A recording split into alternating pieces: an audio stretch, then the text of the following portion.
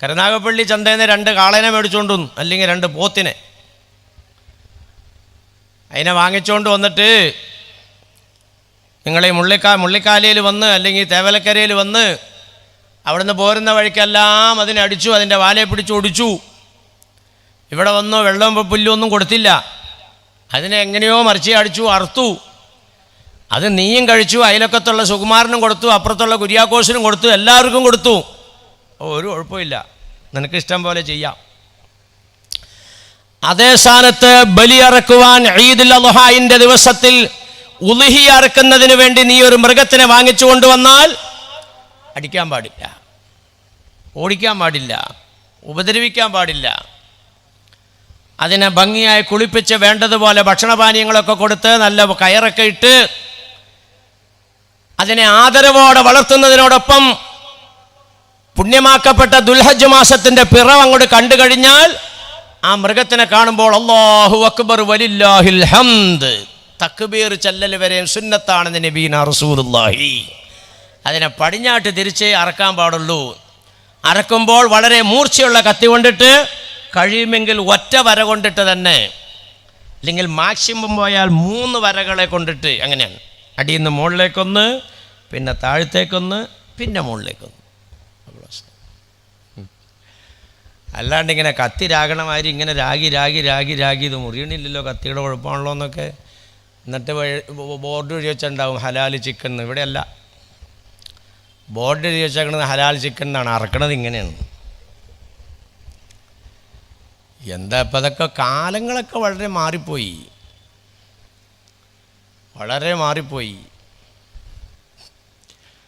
മൗലൂദിനോ റാത്തീബിനൊക്കെ പങ്കെടുക്കുമ്പോഴേ തേങ്ങാച്ചോറ് ഇറച്ചി, അന്ന് ഞങ്ങളുടെയൊക്കെ നാട്ടിലൊക്കെ തേങ്ങാച്ചോറ് ഇറച്ചി നല്ല വിശപ്പോടുകൂടി ആയിരിക്കും ഇരിക്കണതേ. തേങ്ങാച്ചോറൊക്കെ തന്നിട്ട് ഇറച്ചിയും കൊണ്ട് വരുമ്പോൾ കാർന്നന്മാർ ചോദ്യം ചോദിക്കും, എന്തിറച്ചിയാടാ? അല്ലോ ഇത് നല്ല പൂവൻ കോഴിയുടെ ഇറച്ചിയാകാക്ക, ഇവിടെ അലിമാത്താത്ത സ്വന്തമായിട്ട് വളർത്തിയ കോഴിയുടെയാണ്. ആഹാ, ആരാടാ അറുത്തത്? അത് അറുത്ത് നമ്മുടെ കോയാങ്കാക്കായ അറുത്ത്. നീ ആ പരിപ്പ് ഇത്തിരി കൊണ്ട് ഒഴിച്ച് അതും കൂടി മാറ്റ്. പള്ളിയിലെ മോദീനല്ല അറുത്തത്, പിന്നെ കോയാങ്കാക്കായ അറുത്ത. കോയാങ്കാക്കൊക്കെ എന്താ കുഴപ്പമൊന്നുമില്ല. സുബഹി മൂപ്പര് ലുഹറിൻ്റെ കൂടെ നിൽക്കിരിക്കുകയുള്ളൂ, അത്രേ ഉള്ളൂ. 5 വരെ നിസ്കരിക്കുന്ന ആളാണ്, പക്ഷെ സുബഹിക്ക് എഴുന്നേക്കില്ല, അത് ലുഹറിൻ്റെ കൂട്ടത്തിൽ നിൽക്കിരിക്കുകയുള്ളൂ. ഇത്രയും കുഴപ്പമുള്ളൂ. ആ ഒരു കുഴപ്പത്തിൻ്റെ പേരിൽ അയാൾ അറുത്ത കോഴിയുടെ ഇറച്ചി എനിക്ക് വേണ്ട, ഇറച്ചി കിട്ടാത്ത കാലമാണ്, ദാരിദ്ര്യമുള്ള കാലമാണ്, പക്ഷെ ഒരല്പം പരിപ്പേറി ഉറച്ചാൽ മതി. നമ്മുടെ മുൻഗാമികളുടെ സൂക്ഷ്മത. ഇന്ന് ചിക്കൻ്റെ ലഹളയാണ് ലോകമാകെ. നമ്മുടെ ഏത് മക്കളാ ഒരു കടയിൽ കയറിയിട്ട് ചിക്കൻ കഴിക്കുമ്പോൾ ഇത് പള്ളിയിലെ മോദീനെ അറുത്തതാണോ, നിസ്കരിച്ച കാക്ക അറുത്താണോ, ആരറക്കണു? ചുമ്മാതെയല്ല സുബഹിക്ക് കുനൂത്ത. സുബഹിക്ക് കുനൂത്തോതിൽ തന്നെ ഇപ്പോൾ ശിർക്കാന്ന് പറഞ്ഞാൽ നടക്കുന്ന ആൾക്കാരാണ്. സുബഹിക്ക് കുനൂത്തോതിന് ചുമ്മാതെയല്ല. അള്ളാഹുവിനോട് കൈയുയർത്തുമ്പോൾ പ്രത്യേകം പറയണത് ചുമ്മാതെയല്ല, ഹലാലൻ ത്വയ്യിബാൻ. ഹലാലൻ ത്വയ്യിബ. ഹലാലെന്ന് പറഞ്ഞാൽ എന്താണ്? ഹലാലെന്ന് പറഞ്ഞാൽ അനുവദിക്കപ്പെട്ട മൃഗത്തിൻ്റേത്, അല്ലെങ്കിൽ അനുവദിക്കപ്പെട്ട ഭക്ഷണം. ത്വയ്യിബ് എന്ന് പറഞ്ഞാൽ എന്താ? കാളയുണ്ട്, പോത്തുണ്ട്, ആടുമുണ്ട്, കോഴിയുണ്ട്, എല്ലാം ഉണ്ട്. ഇറച്ചി അതിൻ്റേത് തന്നെയാണ്. ത്വയ്യിബ എന്ന് പറഞ്ഞാൽ അത് വേണ്ടപ്പെട്ട നിലയ്ക്ക് പരിശുദ്ധമാക്കപ്പെട്ടത്. അതാണ് വേണ്ടതുപോലെ അറുത്തത്, വേണ്ടതുപോലെ വാങ്ങിയത്, വേണ്ടതുപോലെ പാകപ്പെടുത്തിയത്. അപ്പോൾ എടുത്തൊന്ന് നോക്കിക്കുക, ഇന്നത്തെ ദുനിയാവിൻ്റെ മാറ്റത്തെ സംബന്ധിച്ചൊന്ന് ചിന്തിച്ചു നോക്കും. വലിയ മാറ്റം സംഭവിച്ചിട്ടുണ്ട്. അപ്പം ഞാൻ എന്താ പറഞ്ഞു വന്നത്? ഉൽഹിയ അറക്കുന്ന മൃഗത്തിന് ഈ ഒരു ബഹുമാനം വന്ന എന്താണ്? വമൻ യുഅല്ലിം ശആയിറല്ലാഹ്. ഇത് അള്ളാഹുവിൻ്റെ മാർഗത്തിൽ ബലി കൊടുക്കാൻ വേണ്ടി വാങ്ങിയതായ മൃഗമാണ്. ഇത് ചുമ്മാ അറുത്തിട്ട് എല്ലാവരും കൊടുക്കാനുള്ളതല്ല. അള്ളാഹുവിൻ്റെ ഇബാദത്തിന് വേണ്ടി ഉപയോഗിക്കുന്ന മൃഗമാണ് ഈ മൃഗം. അപ്പോൾ അത് അള്ളാഹുവിൻ്റെ ആരാധനാ ചിഹ്നമാണ്. അതിനെ നിങ്ങൾ ആരെങ്കിലും ആദരിച്ചാൽ അള്ളാഹുവിനെ ആദരിക്കൽപ്പെട്ടതാണ്. പണ്ഡിതനെയും നരച്ചതായ മുസ്ലിമിനെയും ആദരിക്കുന്നത് അള്ളാഹുവിനെ ആദരിക്കുന്നതിൻ്റെ ഭാഗമാണെന്ന് നബിഗിന റസൂലുള്ളാഹി തങ്ങൾ പഠിപ്പിച്ചെങ്കിൽ, ഈ ആദരിക്കുന്നതിനൊക്കെ നിന്ദിക്കുന്ന ഒരവസ്ഥയിലേക്ക് നമ്മൾ പോയ വലിയ അപകടത്തിലേക്ക് കാര്യം പോകണം കേട്ടോ. നിങ്ങൾ ചിന്തിച്ചോളണം. ഞാൻ വേറൊന്നും കൂടിയിട്ടൊന്നും പറയൊന്നുമല്ല. ഒരാൾ നിസ്കരിക്കണില്ല, നിസ്കരിക്കണില്ല. എന്താ കാക്ക നിസ്കരിക്കാത്തത്? അത് ഉസ്താദെ അവിടെ ചായക്കടയിൽ അവിടെ നോക്കാൻ ആരുമില്ല, ഞാൻ ഇൻഷാ അല്ലാഹ് നിസ്കരിക്കാൻ വരാം. അയാൾ ഈ മതത്തിന് പുറത്തു പോവോ? അയാൾ നിസ്കരിക്കാൻ പറ്റില്ല. എന്താ കാക്ക വരാത്തതെന്ന് ചോദിച്ചപ്പോൾ അയാൾ പറഞ്ഞ മറുപടി ഇതാണ്, അവിടെ ചായക്കടയിൽ നോക്കാൻ ആരുമില്ല ഉസ്താദെ, അതുകൊണ്ടിട്ട് ഞാൻ വരാത്തതാണ്. അയാൾ ഇസ്ലാമിൽ നിന്ന് വെളിയിൽ പോവോ? ഇല്ല. നേരെ മറിച്ച് ഒരാൾ പറയുന്നു ഈ ളുഹർ നമസ്കാരവും അസ്ർ നമസ്കാരവും പ്രായോഗികമല്ല. കാരണം ആ സമയത്തെന്ന് പറഞ്ഞാൽ മനുഷ്യന് നല്ല തിരക്കുള്ള ജോലി ടൈമാണ്. സുബഹി മഗ്രിബും ഇശായുമാണ് ശരിക്കും വേണ്ടത്. 3 നേരത്തെ നിസ്കാരം മതി. ഇതൊരാൾ പറഞ്ഞാൽ വെളിയിൽ പോയി. ഇതാണ് ചെയ്യാതിരിക്കലും നിഷേധിക്കലും തമ്മിലുള്ള വ്യത്യാസം. അത് ഞാൻ പടച്ചോനോർത്ത് പറയാണ്. മഹാനായ ഷഹീദ് അലവിക്കുഞ്ഞുസ്താദിന് എവ്വറല്ലാഹു മർഖദഹു മഹാനവറുകളെ ആദരിക്കാനും ബഹുമാനിക്കാനും ഒക്കെ നമുക്ക് ആർക്കെങ്കിലും മനസ്സില്ലാന്നിരിക്കട്ടെ, പക്ഷെ നിഷേധിക്കാൻ നിൽക്കരുത്. വലിയ പ്രശ്നമാണ് അത് വലിയ ഗൗരവമാണ്. എന്തിനാടാ ഈ പണിക്കൊക്കെ നിൽക്കണം, നിനക്ക് വേറെ ജോലിയൊന്നുമില്ലേ? വലിയ പ്രശ്നമാണ്, പുറത്തു പോവും. കാരണം അത് അള്ളാഹു ആദരിച്ചതിനെ നിന്ദിക്കുന്നതിലേക്ക് ചെന്നു. ആദരിക്കാൻ എനിക്കിപ്പോൾ സമയമില്ല, അല്ലെങ്കിൽ എനിക്കിപ്പോൾ അതിന് മനസ്സില്ല, ഞാനതിന് പോകണില്ല, നിങ്ങളൊക്കെ പോയിക്കോ, പുറത്തു പോവില്ല. ഇതാണ് ചെയ്യാതിരിക്കലും നിഷേധിക്കലും തമ്മിലുള്ളതായ വ്യത്യാസം. ഇപ്പം ഈ ഒരു അമലിനെ ആരെങ്കിലും നിഷേധിക്കുകയും നിന്ദിക്കുകയൊക്കെ ചെയ്താൽ ഞാൻ വളരെ ഗൗരവത്തോടു കൂടി പറയാൻ, ഈ അമൽ എന്തിനാ, ഞാൻ വേറൊരു പാഠം ഇതിനകത്തുണ്ട്, അത് ഞാൻ നിങ്ങൾക്ക് പറഞ്ഞുതരാം. ഇന്നാ നഹ്നു നുഹ്യിൽ മൗതാ വനക്തുബു മാ ഖദ്ദമൂ വആസാറഹും വകുല്ല ശൈഇൻ അഹ്സൈനാഹു ഫീ ഇമാമിൻ മുബീൻ. നമ്മൾ ഈ അമൽ നടത്തുന്നതിന് പിന്നിൽ നമ്മൾ ലക്ഷ്യം വെക്കുന്നത് ഇതാണ്. ഞാൻ അതിലേക്ക് വരാം. പക്ഷെ നിന്ദിക്കാൻ നിൽക്കരുത് എന്ന് വളരെ സാഹോദര്യ ബുദ്ധിയെ ഞാൻ ഉണർത്തുകയാണ്. സമുദായം വലിയ അപകടത്തിൽ കൂടെ പോയിക്കൊണ്ടിരിക്കുക. ഇത് നമ്മൾ ഗൗരവത്തോടെ ഉൾക്കൊള്ളണം. ഉമ്മത്ത് ആകാശത്തിൻ്റെ അത് ഇന്ത്യയിൽ മാത്രമല്ലേ, കാശ്മീരിലോ യു പിയിലോ ഹരിയാനയിലോ ഒന്നും മാത്രമല്ല ഇത്.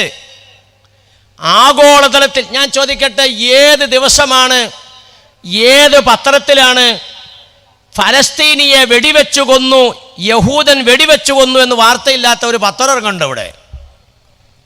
എങ്ങനെയാ വെടിവെക്കണം? നിങ്ങൾ ചിന്തിച്ചു നോക്കൂ മാനുകളെ. അഭയാർത്ഥി ക്യാമ്പിൽ റെയ്ഡ് നടത്തിയെന്ന്, വീട് ഇടിച്ച് നിരത്തിയപ്പോൾ കൊല്ലാൻ കിട്ടാത്ത ആളുകളാണ് ഈ അഭയാർത്ഥി ക്യാമ്പിലേക്ക് പോണത്. ഈ ഫുൾഡോസർ രാജ് ഇവിടെ നിന്ന് അവിടെ നിന്ന് ഈ ഇന്ത്യയും ഇസ്രായേലും തമ്മിലുള്ള ഈ ബന്ധത്തിൽ കൂടി കിട്ടുന്നതായ പാഠങ്ങളാണിതൊക്കെ. ഇസ്രായേലിൻ്റെ ബുദ്ധിയാണിതെല്ലാം. ഇസ്രായേൽ ഇങ്ങനെ ഇടിച്ച് തകർത്തപ്പോൾ കൊല്ലാൻ കിട്ടാത്തതായ ഫലസ്തീനികൾ, ആ മുസ്ലിങ്ങളൊക്കെ വന്ന് താമസിക്കുന്ന സ്ഥലത്തിൻ്റെ പേരാണ് അഭയാർത്ഥി ക്യാമ്പ്. അങ്ങോട്ടാണ് യഹൂദ പട്ടാളം തോക്കുമായി റെയ്ഡിന് കയറി ചെല്ലണത്. ആയുധധാരികളായ പട്ടാളം കയറി ചെല്ലുമ്പോൾ അവർ കയറി ചെന്നാൽ അവർ അന്വേഷിക്കുന്ന ആരാന്നറിയോ? പെൺകുട്ടികളെ അന്വേഷിക്കുന്നത്, പെൺകുട്ടികളെയാണ് അന്വേഷിക്കുന്നത്. കാരണം ഫലസ്തീനികൾ ഏറ്റവും സൗന്ദര്യമുള്ള വനിതകളാണ്. അത് ഖലീലുല്ലാഹി നബീന ഇബ്രാഹിം അലൈഹി സ്വലാത്തു വസ്സലാമിൻ്റെ പരമ്പരയിൽ ഇങ്ങോട്ട് പോന്ന, അതായത് സയ്യിദന നബി യൂസുഫ് അലൈഹി സ്വലാത്തു യഅ്ഖൂബ് നബി അലൈഹി സ്വലാത്തു വസ്സലാമിൻ്റെ പേരക്കുഞ്ഞുങ്ങളാണ് ഇവർ. യഅ്ഖൂബ് നബി അലൈഹി സ്വലാത്തു വസ്സലാമിന് യൂസുഫ് നബി അലൈഹി സ്വലാത്തു വസ്സലാം മിസ്റിലേക്ക് കൊണ്ടുവന്ന ചരിത്രം നിങ്ങൾക്ക് അറിയാം. സൂറത്ത് യൂസുഫിൽ ഈ വിഷയം നമുക്ക് വിശദീകരിച്ചിരുന്നുണ്ട്. കാഴ്ച നഷ്ടപ്പെട്ട യഅ്ഖൂബ് നബി അലൈഹി സ്വലാത്തു വസ്സലാമിനെയും തൻ്റെ മാതാവിനെയും സഹോദരങ്ങളോടൊപ്പം മിസ്റിലേക്ക് ക്ഷണിച്ചു വരുത്തി ആര്? അന്ന് മിസ്റിൻ്റെ അധിപനായ മഹാനായ സയ്യിദന യൂസുഫ് അലൈഹി സ്വലാത്തു വസ്സലാം. യൂസുഫ് നബി അലൈഹി സ്വലാത്തു വസ്സലാമിൻ്റെ പ്രത്യേകത എന്താണ്? സൗന്ദര്യത്തിൻ്റെ നിറകുടം, ലോക സൗന്ദര്യവാനാണ്. റസൂലുള്ളാഹി തങ്ങളെ മാറ്റിവെച്ചാൽ പിന്നെ സൗന്ദര്യത്തിൻ്റെ ഏറ്റവും അറ്റം ബഹുമാനായ യൂസുഫ് നബി അലൈഹി സ്വലാത്തു വസ്സലാം നമുക്ക് എല്ലാവർക്കും അറിയുന്ന കാര്യമാണ്.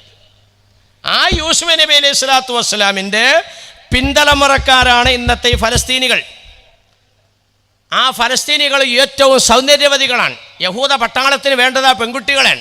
സ്വന്തം ബാപ്പാൻ്റെ മുമ്പിൽ, സ്വന്തം സഹോദരൻ്റെ മുമ്പിൽ തൻ്റെ പെങ്ങളെ പിടിച്ച് വലിക്കുമ്പോൾ ആരാണ് പ്രതിരോധിക്കാതിരിക്കുക? പറ. ആ പ്രതിരോധിക്കുമ്പോഴാണ് നെഞ്ചിലേക്ക് വെടി. അങ്ങനെ നമ്മൾ പത്രത്തിൽ കാണുന്നതൊക്കെ അങ്ങനെയാ, തലയ്ക്ക് വെടിയേറ്റ്, നെഞ്ചിന് വെടിയേറ്റ് ഇന്ന ഫലസ്തീനി ആ അഭയാർത്ഥി ക്യാമ്പിൽ മരിച്ചു വീണു. ഇങ്ങനെയാണ്. യഹൂദ പട്ടാളം വെടിവെച്ചിടുമ്പോൾ ആരുണ്ട് ജനങ്ങളെ ചോദിക്കാൻ? ആരുണ്ട്? ഇന്ത്യ രാജ്യത്ത് ആയിരക്കണക്കിന് ജനങ്ങൾ പെരുവഴിയിലായപ്പോൾ ചോദിക്കാൻ ആരുമില്ലെങ്കിലും കോടതി ഇടപെട്ടു. ഇത് ചെയ്യുന്ന അനീതിയാണ്. കോടതി ആരും പോയി കേസ് കൊടുത്തിട്ടല്ല, സ്വന്തം കോടതി ആ കേസെടുത്തു.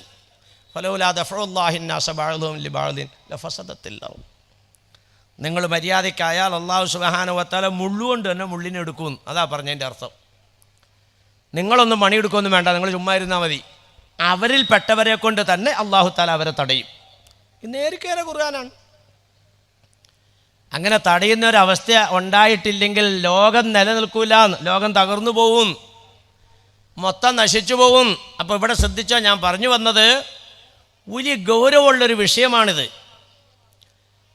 ഇന്ന് അനൈക്യത്തിൻ്റെ കാര്യമല്ല. ജമാഅത്തു റഹ്മത്തുൻ വൽ ഫിർഖത്തു അദാബുൻ ഔ കമാ ഖാല റസൂലുള്ളാഹി. ഐക്യമാണ് കേട്ടോ അനുഗ്രഹം. ഐക്യം അനുഗ്രഹമാണെങ്കിൽ അനൈക്യം നാശമാണ്, ശിക്ഷയാണെന്ന് നബിയുനാ റസൂലുള്ളാഹി. ഈ നാട്ടിൽ അള്ളാഹുവിൻ്റെ ഒരു അനുഗ്രഹം നിങ്ങൾ പ്രതീക്ഷിക്കുന്നുണ്ടെങ്കിൽ നിങ്ങൾ ഐക്യപ്പെടുക. എന്തിനാണ് ജനങ്ങളെ കൈ എവിടെയെങ്കിലും കെട്ടട്ടെ, കൈ കെട്ടിയില്ലെങ്കിൽ കെട്ടണ്ട, ദ്വാ ഇറക്കണില്ലെങ്കിൽ ദ്വാ ചെയ്യാണ്ട് പോട്ടെ. പക്ഷേ ഈ ചെയ്യുന്നവരെ ആക്ഷേപിക്കല്ലേ. കൈ നിനക്ക് ഇങ്ങനെ കെട്ടാൻ പറ്റണില്ല, ആയിക്കോട്ടെ, ഒരുത്തരും ഇങ്ങനെ കെട്ടുകയാണ്, എന്തിനാണ് ഇപ്പോൾ അവൻ്റെ പുറകെ പോയി കിടന്ന് ഉപദ്രവിക്കുന്നത്? ഈ ഒരു ശൈലി മാറ്റ്. നിങ്ങളുടെ നാട്ടിലേക്ക് അള്ളാഹുവിൻ്റെ അനുഗ്രഹം ഇറങ്ങാൻ, സമുദായത്തിന് അനുഗ്രഹം ഉണ്ടാകാൻ, സമുദായത്തിന് രക്ഷ കിട്ടാൻ. അതാണ് ജമാഅത്തു റഹ്മത്തുൻ അൽ ഫിർഖത്തു അദാബുൻ ഔ കമാ ഖാല റസൂലുള്ളാഹി. ഐക്യത്തിലാണ് കേട്ടോ വിജയവും സന്തോഷവും സമാധാനവും. അനൈക്യത്തിലാണ് കേട്ടോ നാശവും ശിക്ഷയും അപകടവും. എവിടെയെല്ലാം തകർച്ച സംഭവിച്ചിട്ടുണ്ടോ അവിടെയെല്ലാം അനൈക്യം സംഭവിച്ചിട്ടുണ്ട്. രാവിലെയും വൈകുന്നേരം എടുത്തിട്ട് ഓതും, അള്ളാഹുവിൻ്റെ പാശത്തിനെ മുറുകെ പിടിക്കുക, വഅ്തസിമൂ ബിഹബിലില്ലാഹി ജമീഅ. എല്ലാവരും അങ്ങനെ തന്നെ ഓതണേ, വഅ്തസിമൂ ബിഹബിലില്ലാഹി ജമീഅ. ഇന്ന് ഞാൻ അങ്കമാലി പള്ളിയിലെ മെമ്പറിൽ ഖുത്ബ ഓതിയാളാ. റബ്ബന ഇഗ്ഫിർ ലനാ വലി ഇഖ്വാനില്ലദീന സബഖൂനാ ബിൽ ഈമാൻ വലാ തജ്അൽ ഫീ ഖുലൂബിനാ ഗില്ലൻ ലില്ലദീന ആമനൂ റബ്ബന ഇന്നക റഊഫുർ റഹീം. ഈ ആയത്ത് ഓതാതെ ഒരു ഖത്തീബ് മെമ്പറിൽ നിന്ന് ഇറങ്ങണില്ല എന്ന് എൻ്റെ അഭിപ്രായം. കൈ എവിടെ കെട്ടണ ഖത്തീബ് ആവട്ടെ, ഇത് ഓതാതെ ഇറങ്ങണില്ല എന്നാണ് എൻ്റെ പറഞ്ഞു. പക്ഷേ ഇറങ്ങിയതിൻ്റെ ശേഷം അസ്സലാമു അലൈക്കും എന്നും പറഞ്ഞ ഒരാൾ വന്നാൽ, നീ എൻ്റെ ഗ്രൂപ്പല്ല, നീ എൻ്റെ പാർട്ടിയല്ല. എങ്ങനെ ഈ സമുദായം രക്ഷപ്പെടും ബഹുമാനികളെ? അതുകൊണ്ട് ഞാൻ പറയുന്നു, അംഗീകരിക്കാൻ പറ്റില്ലെങ്കിലും നിഷേധിക്കാൻ നിൽക്കരുത്. അത് വലിയ ഗൗരവമാണ്. നമുക്ക് അംഗീകരിക്കാൻ പറ്റണില്ല, വേണ്ട, അംഗീകരിക്കണ്ട, ചെയ്യണവർ ചെയ്തോട്ടെ. എന്തിനാണ് ഇവരിത് ചെയ്യുന്നത്? അള്ളാഹു ആദരിച്ചതിനെ ആദരിക്കുക എന്നുള്ളത് തഖ്വയാണ്. ഞാൻ ഖുർആൻ ഓതിയിട്ടാണ് നിങ്ങളോട് സംസാരിച്ചത്. തന്നെയല്ല, ഇതെല്ലാം ഇവിടെ റെക്കോർഡായി. ഇപ്പം ചുമ്മാ എന്തെങ്കിലും പോയി പറഞ്ഞുകൊണ്ട് എങ്ങോട്ടെങ്കിലും ഒന്നും പാടാൻ പറ്റൂല. നമ്മളെന്നൊരു വാക്ക് പറഞ്ഞാൽ ഈ ലോകം ഉള്ള കാലം വഴിയും അത് മൊത്തം റെക്കോർഡായിട്ട് അവിടെ കിടക്കും. വളരെ സൂക്ഷിച്ച് സംസാരിക്കേണ്ട കാലമാണ്.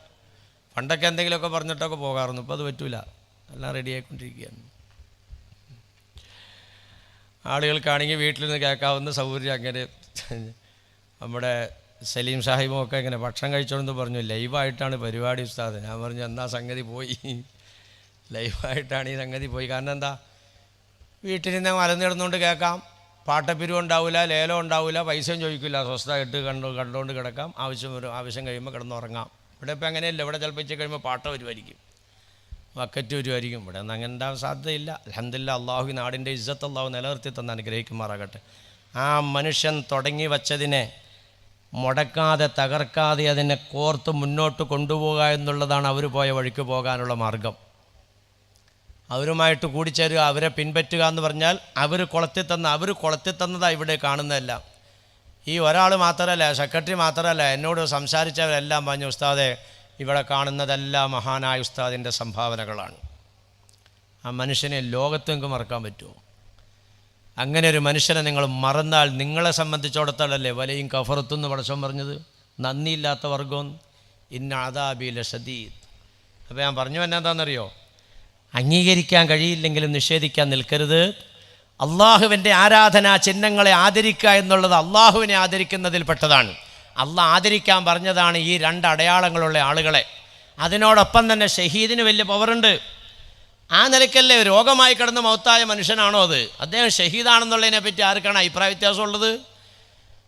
അവരെ സംബന്ധിച്ചിടത്തോളം ഖുർആൻ പറയുന്ന അവർ മൗത്തായിട്ടില്ല എന്നല്ലേ, അവർ ഹയാത്തിലിരിക്കുകയാണ്. ഓഹും യുർസഖൂന്ന് വരെ കൊണ്ടുവന്ന് അവസാനിപ്പിക്കുക. ചുമ്മാ ഇരിക്കുമല്ല, അവർ ഭക്ഷണം കഴിക്കുന്ന അവസ്ഥയിൽ ജീവിച്ചുകൊണ്ടിരിക്കുകയാണ്. അപ്പം ആ നിലയ്ക്ക് ഉയർത്തപ്പെട്ടൊരു മഹാനല്ലേ. ചുമ്മാ നിങ്ങളൊന്ന് ആലോചിച്ച് നോക്കുക, ഒരു സാധാ മനുഷ്യനാണെങ്കിൽ ഈ പെരുവഴിയിലൂടെ പോകുന്ന മുഴുവൻ ആളുകൾക്കും സലാം ചെല്ലാവുന്ന നിലയ്ക്ക് ആ മനുഷ്യനൂടെ കൊടുക്കുമോ? എന്തോ ഒരു ഐശ്വര്യമുള്ള അതൊക്കെ കാണുമ്പോൾ നമുക്കറിയാമല്ലോ ഓരോന്നും. അപ്പം ഇതിനെ നിഷേധിക്കാനും നിന്ദിക്കാനും നിന്നാൽ ഞാൻ ഒരു കാര്യം ഒന്നുണർത്തിയാണ്, നമ്മൾ അപകടപ്പെടാതിരിക്കാൻ വേണ്ടി അപകടപ്പെടാതിരിക്കാൻ വേണ്ടിയിട്ട് ഞാൻ പ്രത്യേകം പറയാണ്. ആദരിച്ചതിനെ അനാദരിച്ചാൽ അള്ളാഹു സുബ്ഹാനഹു വ തആല ആഖിറത്തിലേക്ക് ഇതിൻ്റെ ശിക്ഷ മാറ്റിവെച്ചോളണമെന്നില്ല. ഇവിടെ അടി കിട്ടാനുള്ള സാധ്യതയുണ്ട്. ഞാൻ ചുമ്മാ കഥ പറയല്ല, ഇത് ഉണ്ടായ സംഭവം സൂചിപ്പിക്കുക നിങ്ങളുടെ മുമ്പിൽ. അള്ളാഹു സുബ്ഹാനഹു വ തആല ആദരിച്ചതിനെ ഒരുത്തൻ അനാദരിച്ചാൽ, നിന്ദിച്ചാൽ അതിൻ്റെ അടി ഈ ഭൂമുഖത്ത് തന്നെ ഉണ്ടാവും. പലരുമൊക്കെ സംശയിക്കേ, ഞാൻ കൃത്യമായിട്ട് നിസ്കരിക്കുന്ന ആളാണല്ലോ, എന്തെല്ലാം രീതിയിൽ സക്കാത്തിൻ്റെ പുറമെ എത്രയോ നിലയ്ക്ക് ഞാൻ സദക്ക ചെയ്യുന്ന ആളാണ്, എന്നിട്ടും എനിക്ക് എന്തിയാ ഇതുപോലുള്ള ഇടങ്ങേറും ഈ നാണക്കേടും ഈ വിഷമമൊക്കെ പറ്റിയത്? ചില ആളുകൾ ചിന്തിക്കുന്നുണ്ട്. അത് നമ്മുടെ കയ്യിൽ നിന്ന് തന്നെ പോയതാ, നമ്മുടെ പ്രവൃത്തി കൊണ്ടിട്ട് തന്നെ സംഭവിച്ചതാണ്. ഞാൻ അതിനാ ഒരു ഉദാഹരണം പറഞ്ഞിരുന്നത്. ആദരിക്കേണ്ടതിനെ അനാദരിച്ചാൽ ഇവിടെ വെച്ച് അല്ലാഹു സുബ്ഹാനഹു വ തആല അടി തരും. ഒരു 1-ാം നമ്പർ തെളിവാണ് മഹാനായ ശൈഖുൽ അംബിയ സയ്യിദന നൂഹ് അലൈഹിസ്സലാത്തു വസ്സലാമിൻ്റെ കപ്പൽ. നിങ്ങൾക്ക് മനസ്സിലാവുന്നൊരു ഭാഷയിൽ ഞാനിത് പറയുന്നു എന്ന് മാത്രമേ ഉള്ളൂ. നൂഹ് നബി അലൈഹി സ്വലാത്തു വസ്സലാമിൻ്റെ കപ്പൽ ഒരു സാധാ കപ്പലാണോ? അത് 900 വർഷം ഈ നല്ല വഴിയിലേക്ക് ഇതിലേക്ക് ഇതൊക്കെ നമുക്ക് രക്ഷപ്പെടാനുള്ളൊരു വഴികളായി ചെയ്തുകൊണ്ടിരിക്കണം. അതൊക്കെ നിങ്ങൾ മനസ്സിലാക്കണത്. ഞാൻ ചോദിക്കട്ടെ, ഇവിടെ ഒരു ദിവസത്തെ പരിപാടിക്ക് ഇവിടെ എന്തെങ്കിലുമൊക്കെ പറഞ്ഞിട്ടുണ്ടെങ്കിൽ അതൊക്കെ അറക്കുമോ, അല്ലെങ്കിൽ വന്നതൊക്കെ പാകപ്പെടുത്തുമോ, വരുന്നവർക്കൊക്കെ വിളമ്പി കൊടുക്കുമോ, ഏതെങ്കിലും ഒരു ഉസ്താദിനെ വിളിച്ച് ദ്വാരിപ്പിക്കുകയോ അല്ലെങ്കിൽ തങ്ങളെ വിളിച്ച് ദ്വാരിപ്പിക്കുകയോ ചെയ്ത ഇടപാട് തീരൂലേ? ഞാൻ ചോദിക്കട്ടെ, ഈ പരിപാടിയോട് അനുബന്ധിച്ച് അനുസ്മരണത്തിനോടനുബന്ധിച്ച് ഈ 2 ദിവസത്തെ പരിപാടിയൊക്കെ വെച്ചേക്കണം എന്തിനാ? വളരെ ഗൗരവത്തോടെ മനസ്സിലാക്കിക്കോ. നമ്മുടെ നാട് രക്ഷപ്പെടാനുള്ള പദ്ധതിയായി ചെയ്തുകൊണ്ടിരിക്കുന്നത്. ഞാനത് ചുമ്മാ അങ്ങ് പറഞ്ഞു പോവുമല്ല. അള്ളാഹിൻ്റെ ഹബീബ് സത്യം ചെയ്തുകൊണ്ടിട്ട് ഒരിക്കലും വർത്തമാനം പറഞ്ഞു. സത്യം ചെയ്തുകൊണ്ട്, വല്ലദീ നഫ്സീ ബിയദി ലയൻഖുദനൽ ഇസ്ലാമു ഉറുവതൻ ഉറുവ ഹത്താ ലാ യുഖാലു അല്ലാഹ്. ഭയങ്കര വർത്തമാനമാണ്.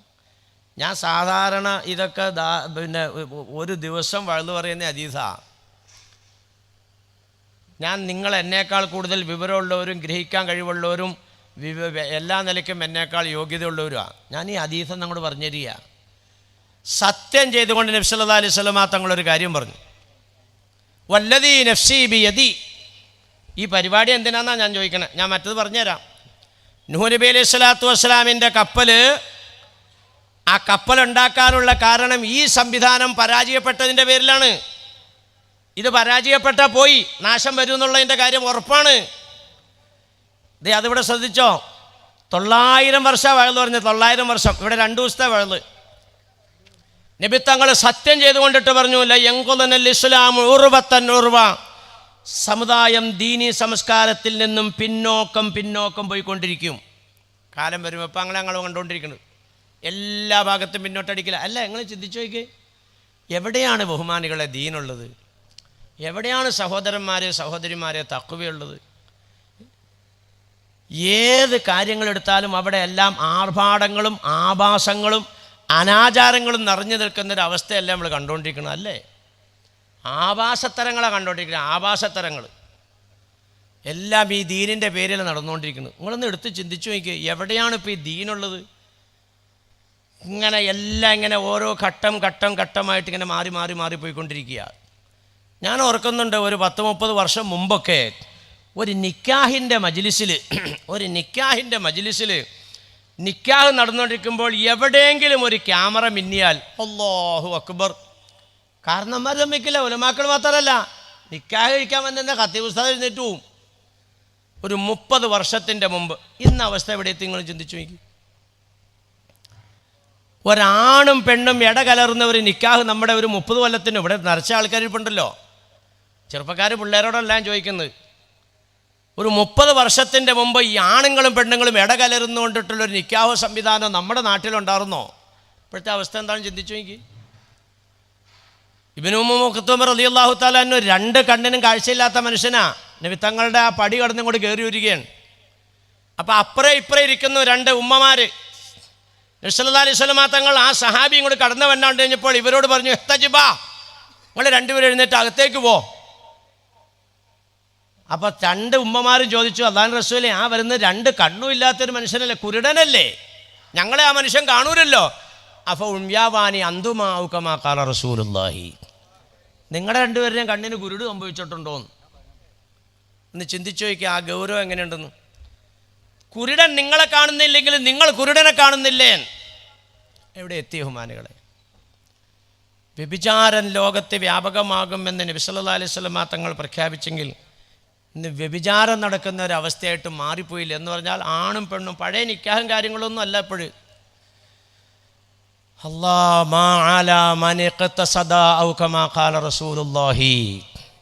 പണ്ട് നിക്കാഹൊക്കെ ഉണ്ടെന്ന് കേട്ട് കഴിഞ്ഞാൽ എന്തോ ഒരു സന്തോഷമാണ്. എൻ്റെയൊക്കെ കുഞ്ഞുകാലിലുള്ള ചെറുപ്പത്തിലുള്ള കാര്യമാണ് ഈ ഓർക്കുന്നത്. നിക്കാഹിനൊക്കെ പോയാൽ അന്നത്തെ ദിവസം വിശപ്പ് മാറി ഭക്ഷണം കഴിക്കാൻ കിട്ടുന്ന ഒരു ദിവസമെന്നാണ് നിക്കാഹ് എന്ന് പറഞ്ഞാൽ. അങ്ങനെയല്ലേ? തറയിൽ, പിന്നീട് അത് ഡെസ്കയിലേക്ക് മാറി. തറയിൽ ഇങ്ങനെ പിന്നെ പുല്ലുവായ പ്ലാസ്റ്റിക് വായൊക്കെ പിന്നീട് ഉണ്ടായതാണ്. ഈ പുല്ലുവായ ഇട്ടിട്ട് നടുക്ക ഇലയിട്ടിട്ട് അപ്പുറം ഇപ്പുറം ആളുകളിരിക്കും. അപ്പം ഞാനിപ്പോൾ ഈ പറഞ്ഞ പോലെ ഇപ്പോൾ ഇവിടെ മുഹമ്മദ് സാഹിബിൻ്റെ അടുത്ത് ഭക്ഷണം കഴിക്കാൻ വേണ്ടി ചെന്നപ്പോൾ സാഹിബ് ചിക്കൻ കഴിക്കലില്ല. ഇല്ല ഞാൻ കഴിക്കലില്ല എന്ന്. അത് ചെറുപ്പം മുതലേ കഴിക്കലില്ല. അപ്പം ഞാൻ ഈ കോഴിയിറച്ചി കഴിക്കാത്ത ആളാണെന്ന് അറിയാവുന്നതുകൊണ്ടിട്ട് എന്ത് ചെയ്യും, എൻ്റെ മറുഭാഗത്തെ ഇറച്ചി കൂടുതൽ ഇഷ്ടമുള്ള ആൾ വന്നിരിക്കും. നിങ്ങൾ ചിന്തിച്ച് നോക്കിയാൽ ഇന്ന് ഒരിലയിൽ 2 ആൾ ഭക്ഷണം കഴിക്കുന്ന ഒരവസ്ഥ ഈ ദുനിയാവിൽ അന്വേഷിച്ചാൽ കാണാൻ കഴിയുമോ? അപ്പുറം ഇപ്പുറം ഇരുന്നിട്ടാണ് കഴിക്കുക. എന്നിട്ട് എന്ത് ചെയ്യും, ഇറച്ചി ഇട്ട് കഴിയുമ്പോൾ നിനക്ക് ഇറച്ചി വേണ്ടല്ലോ, ഇല്ല കഴിച്ചോളാൻ പറയും. അപ്പോൾ എൻ്റെ ഇറച്ചിയും കൂടി മൂപ്പർക്ക് കിട്ടും. അതിന് വേണ്ടിയിട്ടാണ് അന്നത്തെ അവസ്ഥ അത്. ഞാൻ ചോദിക്കട്ടെ, ഇന്ന് വിശന്നിട്ട് യാതൊരു നിവൃത്തിയില്ലല്ലോ, അവിടെ കല്യാണം ഉണ്ടല്ലോ, കാത്തിരിക്കുന്ന ഒരവസ്ഥ ഈ ഇരിക്കുന്ന ഈ സമൂഹത്തിൽ നിന്ന് ആർക്കെങ്കിലും ഉണ്ടോ ഇപ്പോഴും? പിന്നെ ഇപ്പം എന്താണ് നിക്കാഹിന് പങ്കെടുക്കുന്നതിൻ്റെ അജണ്ട? അതാ പറഞ്ഞേ, മൊത്തം ദീൻ കളഞ്ഞിട്ടുള്ള ഓട്ടം ഓടിക്കൊണ്ടിരിക്കുകയാണ്. അടി ഉറപ്പാ അടി വന്നുകൊണ്ടിരിക്കുന്നതായി കാണുന്നത്. അല്ലാഹു സുബ്ഹാനഹു വ തആല മഹാനായ ഇമാം മഹ്ദി തങ്ങളുടെ വരപ്പ് അല്ലാഹു എന്ന് എളുപ്പാക്കി തന്ന അനുഗ്രഹിക്കണേ പടച്ചവനെ. സഹിക്കാൻ പറ്റാത്ത കേട്ടുകൊണ്ടിരിക്കുന്നത്. അവിടെ അങ്ങനെയാണെങ്കിൽ ഇവിടെ എനിക്കെന്താ കുഴപ്പമെന്ന് ചിന്തിക്കല്ലേ. ലം യഹ്തമ്മ ബി ഉമൂരിൽ മുസ്ലിമീന ഫലൈസ മിൻഹും ഔ കമാ ഖാല റസൂലുള്ളാഹി. ഭയങ്കര വർത്താനാണ് ഇതൊക്കെ. മുസ്ലിമിൻ്റെ വിഷയത്തിൽ മുസ്ലിമിനൊരു വിഷമവും ബുദ്ധിമുട്ടും വരുമ്പോൾ ആ കാര്യത്തെ ഗൗരവത്തോടുകൂടി കാണാത്തവനാണ് നീയെങ്കിൽ ഈ സമുദായത്തിൽ നിനക്ക് മെമ്പർഷിപ്പ് ഇല്ല എന്ന് മുത്ത് മുഹമ്മദ് റസൂലുള്ളാഹി. അത് ഹരിയാനയിലല്ലേ, മറ്റ് ഫലസ്തീനിലല്ലേ, അല്ലെങ്കിൽ അത് അപ്പുറത്തെ വീട്ടിലല്ലേ, അല്ലെങ്കിൽ ഇപ്പുറത്തെ വീട്ടിലല്ലേ, എനിക്കല്ലല്ലോ. ഈ ഒരു നിലപാടിലാണ് നീ പോകുന്നതെങ്കിൽ നിനക്കിതിനകത്ത് മെമ്പർഷിപ്പ് ഇല്ല എന്നില്ല. പൗരത്വം ചോദിച്ചുകൊണ്ടിട്ടാണ് കേന്ദ്ര ഗവൺമെൻറ് വന്നത്. ആ രേഖ തന്നെ, ഈ രേഖ തന്നെ, മറ്റ് തന്നെ, മറിച്ച് തന്നെ, നിൻ്റെ വെല്ലുപ്പാൻ്റെ വെല്ലുപ്പ എവിടെ ജീവിച്ചതിൻ്റെ തെളിവ് വേണം. ഇങ്ങനെയുള്ള തെളിവുകളെല്ലാം ചോദിച്ചുകൊണ്ട് വന്നിട്ടെന്ന് പറഞ്ഞാൽ തെളിവില്ലാത്തൊരവസ്ഥയിലേക്ക് നിന്നെ എത്തിപ്പിക്കും. അങ്ങനെയാണ് നിന്നെ പൗരത്വത്തിൽ നിന്ന് പുറത്തു കളയുക. നിനക്കിവിടെ പൗരത്വം ഇല്ല. അതിനു മുമ്പേ മോളിൽ നിന്ന് പൗരത്വം വെട്ടി. ലം യഹ്തമ്മ ബി ഉമൂരിൽ മുസ്ലിമീന ഫലൈസ മിൻഹും. മുസ്ലിമിൻ്റെ ഒരു വിഷയത്തിൽ, ഒരു വേദനയിൽ, അവൻ്റെ ഒരു ബുദ്ധിമുട്ടിൽ നീ ഗൗരവമായിട്ട് അതിനെ പരിഗണിക്കാൻ നിനക്ക് തയ്യാറായില്ലെങ്കിൽ, അങ്ങനെയുള്ളൊരു മനസ്സ് നിനക്കില്ലെങ്കിൽ ഈ ഇസ്ലാമിക പ്രസ്ഥാനത്തിൽ നിന്ന് നീ ഔട്ടാണെന്ന് നബിയുനാ റസൂലുള്ളാഹി. പൗരത്വം അവിടെ പോയി, മോളിലത്തെ പൗരത്വം പോയി, പിന്നെ ഇവിടുത്തെ പൗരത്വം കിട്ടിയിട്ട് എന്ത് കാര്യം? അതുകൊണ്ട് സമുദായത്തിൻ്റെ വിഷയത്തിൽ വേദന ഉണ്ടാകുന്ന ഇതൊക്കെ നമ്മൾ വേദനിക്കേണ്ട വിഷയങ്ങളാണ്. അള്ളാഹുവേ മൊത്തം മാറിപ്പോയല്ലോ അല്ലാ. ഇല്ലേ, ഇന്നത്തെ കല്യാണത്തിൻ്റെ അവസ്ഥകൾ ചിന്തിച്ചു നോക്കുക. ഇന്ന് എന്താണ് വിവാഹം? ഏത് സ്ഥലത്തും അതെ. ദിവസങ്ങളോളം വാപ്പാനെ വച്ചുകൊണ്ടിരിക്കുക എന്നുള്ളതാണ് ഏറ്റവും വലിയ സമ്പന്നനും തറവാടത്തുകാരനുമാണെങ്കിൽ കാണിക്കുന്ന 1-ാം നമ്പർ മരണാനന്തര ചടങ്ങ്. ഫീസലിലേക്ക് ആണെങ്കിൽ ഞാൻ ഇതിലേക്കൊന്നും പോണില്ല, എല്ലാം കുത്തഴിഞ്ഞു. ഇനിയിപ്പോൾ എന്താ ഒരു പരിഹാരമാർഗം? പരിഹാരമുണ്ട്. ഫഫിറു ഇലല്ലാഹ്, ഓടിക്കോളാൻ, അള്ളാഹുവിലേക്ക് ഓടിക്കോളാൻ. ഇൻ യൻസുറക്കുമുല്ലാഹു ഫലാ ഗാലിബ ലക്കും. മോളിൽ നിന്ന് സഹായം കിട്ടിയാൽ പിന്നെ നിങ്ങളെ പരാജയപ്പെടുത്താൻ ആർക്കും കഴിയില്ലടോ. മോളിൽ നിന്ന് സഹായം കിട്ടണം. ഇൻ യഖ്ദുൽക്കും, നിങ്ങളെ അല്ലാഹു സുബ്ഹാനഹു വ തആല കൈവിട്ടാലോ, ഫമൻദല്ലദി യൻസുറക്കും മിൻ ബഅദിഹി, ആരാടോ നിങ്ങളെ രക്ഷിക്കാനുള്ളത്? അലല്ലാഹി ഫൽയതവക്കലിൽ മുഅ്മിനൂൻ. അതുകൊണ്ട് മുഅ്മിനീങ്ങളെ അള്ളാഹുവിലേക്ക് കാര്യങ്ങൾ ഏൽപ്പിച്ചോ. പടച്ചോമ്പരാൻ്റെ ഭാഗത്തു നിന്നുള്ള സഹായം നിനക്കുണ്ടെങ്കിൽ നീ ഒരു നിലക്കും പരാജയം. എത്രയാ കിട്ടിയിരിക്കുന്നത്? കമ്മിൻ ഫിഅത്തിൻ ഖലീലത്തിൻ വലബത്ത് ഫിഅത്തൻ കസീറത്തൻ ബിഇദ്നില്ലാഹ്. എടോ, ചരിത്രങ്ങളൊന്നെടുത്ത് പരിശോധിക്കുക. ഖുർആൻ എനിക്ക് അഹ്സനുൽ ഖസസ് പറഞ്ഞതിന് എന്തിനാണെന്നറിയോ? ഖുർആനകത്തുണ്ട് ഖസസുകൾ, അഹ്സനുൽ ഖസസ്, നല്ല നല്ല ചരിത്രങ്ങൾ. എന്തിനാണോ ഈ ചരിത്രം അല്ലാഹു തആല വിശദീകരിച്ചിരുന്നത്? ന്യൂനപക്ഷത്തിൽ ന്യൂനപക്ഷം, മറുഭാഗം ബഹുഭൂരിപക്ഷത്തിൽ ഭൂരിപക്ഷം, സർവസന്നാഹത്തോടെ സർവ ആയുധരായിക്കൊണ്ട് വന്നപ്പോൾ ആയുധങ്ങളില്ലാത്ത ന്യൂനപക്ഷമാകുന്ന നിന്നെ അള്ളാഹു അവരുടെ മുന്നിൽ വിജയിപ്പിച്ചുവെങ്കിൽ ബിഇദ്നില്ലാഹ്. കമ്മിൻ ഫിഅത്തിൻ ഖലീലത്തിൻ വലബത്ത് കസീറത്തൻ ബിഇദ്നില്ലാഹ്. അള്ളാഹിൻ്റെ ഭാഗത്തു നിന്നുള്ള സഹായം കിട്ടിയപ്പോൾ നിന്നെ അള്ളാഹു തആല എത്രയോ സംഭവങ്ങളുണ്ട്. അള്ളാഹിൻ്റെ സഹായം കിട്ടിയപ്പോൾ നീ വിജയിച്ചു. അള്ളാഹിൻ്റെ സഹായത്താൽ അവരെ പരാജയപ്പെടുത്താൻ കഴിഞ്ഞു. അവർ പരാജയപ്പെട്ടു, നീ വിജയിച്ചു. ഇല്ലേ? അങ്ങനെയല്ലേ? ഈ ഒരു നിലപാടിൽ അള്ളാഹുവിൻ്റെ ഭാഗത്തു നിന്നുള്ള സഹായം ഉണ്ടെങ്കിൽ മാറ്റം വരണം. വമാ ഖാനല്ലാഹു യുഅദ്ദിബുഹും വഅന്ത ഫീഹിം. അള്ളാഹിൻ്റെ ഭാഗത്തുള്ള ശിക്ഷ വരൂല. റസൂലുള്ളാഹിനെ അങ്ങോട്ട് കൂട്ടപ്പിടിച്ചോ, പൊന്നാർ നബി തങ്ങളെ അങ്ങോട്ട് കൂട്ടിപ്പിടിച്ചോ. തങ്ങളെ കൂട്ടിപ്പിടിച്ചാൽ ഒരു ശിക്ഷ നിങ്ങൾക്ക് വരില്ല എന്ന് പറഞ്ഞാൽ ജീവിതത്തിൽ സമൂലമാകുന്ന മാറ്റം. വിവാഹത്തിൻ്റെ കാര്യങ്ങൾ ഒന്ന് എടുത്തൊന്ന് പരിശോധിച്ച് നോക്കിയാൽ ഞാനീ പറഞ്ഞ് ശരിയല്ലെന്ന്. വിശപ്പ് മാറാൻ വേണ്ടി വിവാഹത്തിൽ പങ്കെടുക്കാൻ പോകുന്നവർ ആരുണ്ട് ഇവിടെ? പിന്നെ എന്തിനാടോ കല്യാണം? പറ, എന്തിനാണ് നിക്കാഹിൽ പങ്കെടുക്കുന്നത്? അതാ ഞാൻ പറഞ്ഞ ആഭാസത്തരത്തിനും ആർഭാടത്തിനും അനാചാരത്തിനും വേണ്ടിയാണ്. എന്ന് പറഞ്ഞാൽ നാളെ മൂത്താപ്പാൻ്റെ വീട്ടിൽ കല്യാണമാണ്, അപ്പം ഡ്രസ്സ് എടുക്കണം.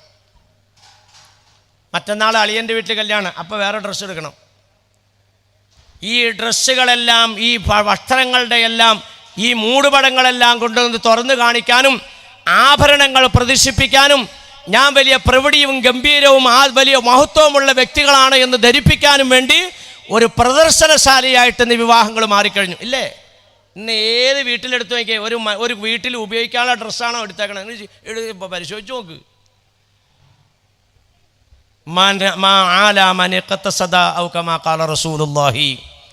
ചെലവ് ചെയ്യുന്നതിൽ സൂക്ഷ്മത പാലിക്കാത്ത ഒരവസ്ഥയാണ് നിനക്കുള്ളതെങ്കിൽ നിന്നിലേക്ക് അള്ളാഹു കടുത്ത ദാരിദ്ര്യത്തെ എത്തിച്ചു കളയുന്നതാണെന്ന് മുത്തു മുഹമ്മദ് റസൂലുള്ളാഹി എന്നാണ്. കളിയല്ല ഇത്. വീട്ടിൽ ധരിക്കാനുള്ള നമ്മുടെയൊക്കെ അവസ്ഥ നിങ്ങളൊക്കെ ഒന്ന് ചിന്തിച്ചു നോക്ക്. നിങ്ങളുടെയൊക്കെ കുഞ്ഞുനാളിലുള്ളൊരവസ്ഥയാണോ? ഓരോ ദിവസവും ഡ്രസ്സ് എടുക്കുവാണ്, ഓരോ ദിവസവും. നിങ്ങളത് ഉപയോഗിച്ചത് അതിൻ്റെ ആ ഉപയോഗം തീർന്നതിന് ശേഷം അല്ല അടുത്തെടുക്കണത്. ഇന്നൊരു കല്യാണം, നാളെ കല്യാണം ഉണ്ടെങ്കിൽ നാളെ എടുക്കും, മറ്റന്നാളുണ്ടെങ്കിൽ അടുത്ത ദിവസം എടുക്കും. ഇന്ന് കൊണ്ടുവന്നതായ സ്വർണം കൊണ്ട് നാളെ മാറ്റി മേടിക്കും. ഇതെല്ലാം ഈ രീതി എന്ന് പറഞ്ഞാൽ ചെലവഴിക്കുന്നതിൽ യാതൊരു സൂക്ഷ്മതയുമില്ല. ഇങ്ങനെ സൂക്ഷ്മതയില്ലാതെ ചെലവഴിക്കുന്ന ഒരവസ്ഥയിലേക്ക് നീ പോവുകയാണെങ്കിൽ കടുത്ത ദാരിദ്ര്യത്തേക്ക്. അങ്ങനെ തന്നെയല്ലേ കാലം വന്നുകൊണ്ടിരിക്കണം. ചിന്തിച്ചു നോക്ക്. ഇപ്പോൾ ഇവിടെ റിയൽ എസ്റ്റേറ്റുകാരൊക്കെ ഇവിടെ ഇരിപ്പുണ്ടാവും. പലരൊക്കെ ധരിക്കുന്നത് ഈ സർക്കാർ അങ്ങോട്ട് മാറി UDFൻ്റെ ഭരണം അങ്ങോട്ട് വന്നു കഴിഞ്ഞാൽ പഴയ റിയൽ എസ്റ്റേറ്റ് മടങ്ങി വരുന്ന ഒരു കാലത്തും മടങ്ങൂല. നിങ്ങൾ മനസ്സിലാക്കിയേക്കോ, കടുകടുത്ത ദാരിദ്ര്യത്തിലേക്കാണ് അല്ലാഹു സുബ്ഹാനഹു വ തആല ഉമ്മത്തിനെ കൊണ്ടുപോയിരിക്കുന്നത്. പഴയ ഗൾഫുണ്ടോ? ഇപ്പം എല്ലാ ഭാഗത്തും പരാജയം. വളരെ സൂക്ഷിച്ചോളാനാണ് ഞാൻ പറഞ്ഞത്. ഇങ്ങനെയുള്ള കാലഘട്ടത്തിൽ നിനക്ക് രക്ഷ വേണ്ടേ? എന്താ ഇപ്പം രക്ഷ? രക്ഷയുടെ മാർഗം എന്ന് പറയുന്നത്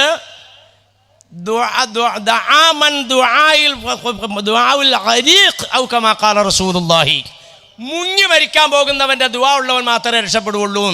മുങ്ങി മരിക്കാൻ പോവാണ് ഒരാൾ, ബഹറിലേക്ക് ഒരാൾ ഇങ്ങനെ മുങ്ങിക്കൊണ്ടിരിക്കുകയാണ്. ആ മുങ്ങുന്ന സമയത്ത് ഞാൻ ചോദിക്കട്ടെ, അയാൾക്ക് ദുആയ്ക്ക് വല്ല റെസ്റ്റും ഉണ്ടാവുമോ? അയാൾക്ക് വല്ല വിശ്രമമുണ്ടോ? ഇല്ല. അല്ലോ മുങ്ങിക്കൊണ്ടിരിക്കുകയാണല്ലോ, അല്ലാ നീന്തിയിട്ട് കിട്ടണില്ലല്ലോ, അല്ലാ അടിയിലേക്ക് പോവാണല്ലോ, അല്ലാ എന്നെ രക്ഷപ്പെടുത്തോ, അല്ലാ ഞാനത് രക്ഷയിലാക്കറ, എന്തെല്ലാം ചോദിക്കാൻ പറ്റുമോ അതൊക്കെ ചോദിക്കുകയാണ് മുങ്ങിക്കൊണ്ടിരിക്കുന്ന ആൾ. അങ്ങനെ മുങ്ങിക്കൊണ്ടിരിക്കുന്ന ആളുടെ ദുആ പോലുള്ള ദുആകളെ കൊണ്ടിട്ടല്ലാതെ ഈ കാലഘട്ടത്തിൽ ജീവിക്കുന്ന നിങ്ങൾ രക്ഷപ്പെടൂല. ഇന്നലെ എഴുതിയ ഹദീസ് പോലെ തോന്നും ഇതിപ്പോൾ കേൾക്കുമ്പോൾ, അല്ലേ? ഈ ഇന്നലെ നബിത്തങ്ങൾ വിളിച്ചു പറഞ്ഞ ഹദീസ് പോലെ തോന്നും. ഈ ഒരു ശൈലിയിലേക്ക് മനുഷ്യരുടെ ജീവിതങ്ങൾ മാറിക്കൊണ്ടിരിക്കുമ്പോൾ അതിൻ്റെ ഇടയിൽ ജീവിക്കുന്നവരാ നിങ്ങൾ. ചുമ്മാതെയല്ല. വദിത്വന്നീ ലഖീത്ത് ഇഖ്വാനി, സഹാബാക്കളോട് പറഞ്ഞതാ, അല്ലാ എൻ്റെ സഹോദരി സഹോദരന്മാരെ കാണാൻ ഞാൻ ആഗ്രഹിക്കുകയാണ് റബ്ബേ. മുന്നിലിരിക്കുന്നവർ ചോദിക്കുക, അള്ളാഹിൻ്റെ റസൂലെ ഞങ്ങളല്ലേ അവിടുത്തെ പിന്നെ സഹോദരങ്ങൾ? ഭയങ്കര വർത്താനാണല്ലോ ഇപ്പോൾ പറഞ്ഞു ഞങ്ങൾ. പഠിച്ചവരെ, എൻ്റെ സഹോദരന്മാരെ എൻ്റെ സഹോദരിമാരെ കാണാൻ ഞാൻ ആഗ്രഹിക്കുന്നു റബ്ബേ. എനിക്കവരെ കാണാൻ താല്പര്യമുണ്ട് റബ്ബേ, ഇഷ്ടമുണ്ട് റബ്ബേ. ഗൾഫിൽ പോയ മോൻ 1 കൊല്ലം കഴിയുമ്പോൾ ഉമ്മ ഇരുന്ന് കരയണോനെ, പഠിച്ചവനെ എൻ്റെ മോനെ കാണാൻ എനിക്ക് കൊതിയാവുകയാണല്ലോ അല്ലാ. വിദേശത്തേക്ക് മോൻ്റെ കൂടെ പോയ മരുമോളെ കാണാൻ, പഠിച്ചവനെ എൻ്റെ മോളെ കാണാൻ എനിക്ക് കൊതിയാവുകയാണല്ലോ. അങ്ങനെയൊന്നും ഉണ്ടാവില്ല മുസ്ലിയായിരുന്നല്ലേ. മരുമോളെ കാണാനും മറ്റാർക്കും അങ്ങനെ കൊതിയൊന്നും ഉണ്ടാവില്ല. ഇതൊക്കെ നമ്മുടെ നാശത്തിൻ്റെ കാരണങ്ങളാണ്. ഞാൻ ചുമ്മാ ഒന്ന് ഇങ്ങനെ പാറി പോവാ സംസാരമല്ലേ, പാറി പോണില്ല, ഞാൻ മടക്കി കൊണ്ടുവന്നോളാം. ഞാൻ ചോദിക്കട്ടെ, ഇപ്പം ഈ നിക്കാഹ് കഴിഞ്ഞ് കഴിഞ്ഞാലേ ഈ പുതിയ നവദമ്പതികൾ പലരും, നിങ്ങളെടുത്ത് പരിശോധിച്ച് നോക്കിയോ, പല ഭാഗത്തും വിവാഹ ജീവിതം അമ്പെ പരാജയമാണ്. അല്ലോ എന്തോരം തലാക്ക വന്നത്. അള്ളാഹുവേ, വാപ്പ നല്ലൊരു ഉപ്പ, ഉമ്മ നല്ലൊരു തറവാട്ടുകാരിയായ ഉമ്മ, കുടുംബം നല്ല അസൽ കുടുംബം, മോനെയാണെങ്കിൽ കാണാൻ നല്ല ചുറുചുറുക്കുള്ള നല്ല മോൻ, എൻ്റെ മോൾക്ക് പറ്റിയ ഇണ. ഒരു വാപ്പാടെ തെരഞ്ഞെടുപ്പാണ് ഇപ്പോൾ ഇതേ. പൊന്നുമോക്ക് വേണ്ടി ഒരു പെൺകുഞ്ഞ് ജനിക്കുമ്പോൾ ഒരു ഉപ്പാടെ മനസ്സിലുള്ള ആ സ്വപ്നമല്ലേ ഈ പൂവണിയാൻ പോണതല്ലേ.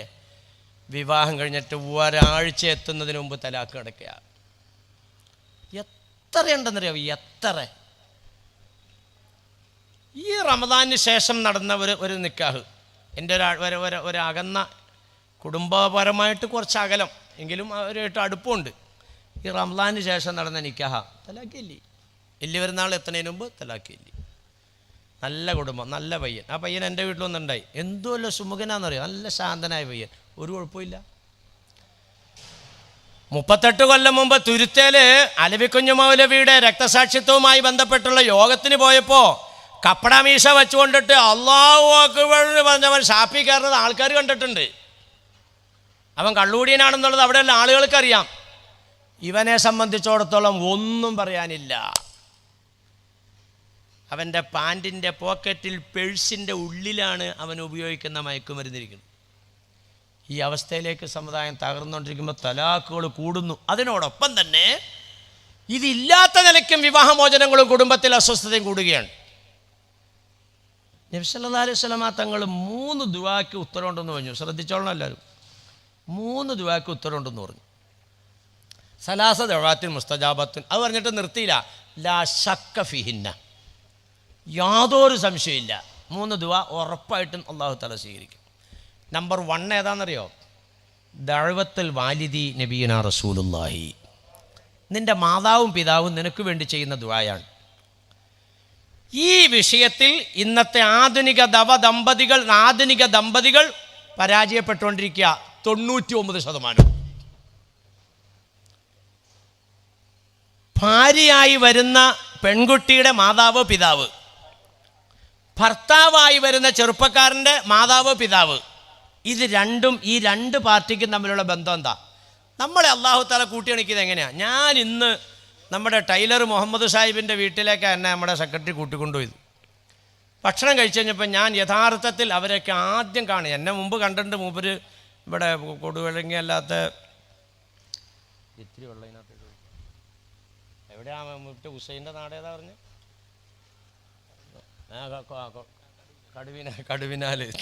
കടുവിനാൽ വെച്ച് ഒരുമിച്ച് ഭക്ഷണം കഴിച്ചിട്ടുണ്ടെന്ന് എന്നോട് പറഞ്ഞു. പക്ഷേ എനിക്ക് അപ്പോൾ പെട്ടെന്ന് മനസ്സിലായില്ല.